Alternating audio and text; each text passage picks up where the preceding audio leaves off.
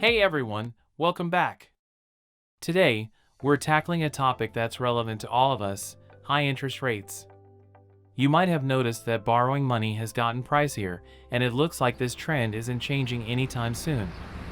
This has big implications for everyone, whether you're investing, buying a home, or just managing your daily finances. Let's dig into why this is happening and what it means for you. So, what's going on with these high interest rates? Essentially, they're the tool the Federal Reserve uses to keep inflation in check. When prices start to rise too fast, the Fed might raise interest rates to make borrowing more expensive.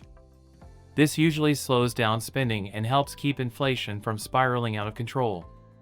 Lately, though, inflation has been stubbornly high, and as a result, those high interest rates look like they're here to stay for a while. That said, these high rates can be a bit of a double-edged sword. On one hand, if you've got savings, higher interest rates can mean better returns on things like savings accounts and certificates of deposit. That's great news if you're looking to grow your savings. However, for many, the challenges of high interest rates might outweigh the benefits. Let's break down what this means in a few key areas, starting with the housing market. Are you planning to buy a home? Well, high interest rates mean higher mortgage rates, which translates to higher monthly payments. This might mean waiting longer to buy or adjusting your budget to account for these higher costs. And what about the stock market? High interest rates can lead investors to pull back, favoring less risky investments. This can lead to decreased stock prices. If you're invested in the stock market or thinking about it, this might be a time to review your investment strategy and possibly brace for some volatility. Now, let's consider loans and credit. High interest rates make any kind of borrowing more expensive. This includes credit card debt, car loans, and personal loans. If you're carrying debt, these ongoing high rates could mean you'll end up paying more over time. It's important to consider strategies for managing or reducing your debt under these conditions. Moving on, turning our attention to the broader economy, high interest rates can slow down economic growth.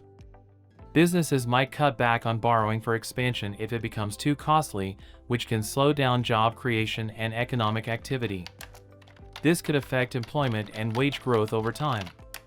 So then, what's the Fed planning to do about all this? It seems they're set on maintaining higher rates to ensure inflation doesn't get out of hand. While they're always assessing the situation, any significant rate cuts seem off the table for now. This means we might need to adjust our financial strategies to a landscape where high interest rates are the norm. And next, let's talk about what you can do personally in this environment.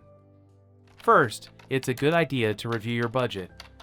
Look for areas where you can cut back to manage higher costs associated with loans or credit. If you have variable rate debt, think about ways to lock in fixed rates where possible to avoid future cost hikes. For investors, consider diversifying your portfolio to protect against market fluctuations caused by high interest rates. Safe, interest-bearing options might be more attractive in this climate. Finally, keep informed. The economic landscape is always changing, and staying updated can help you make the best decisions for your financial situation. I hope this gives you a clearer picture of what ongoing high interest rates mean for us all. I'd love to hear how you're adapting to these conditions.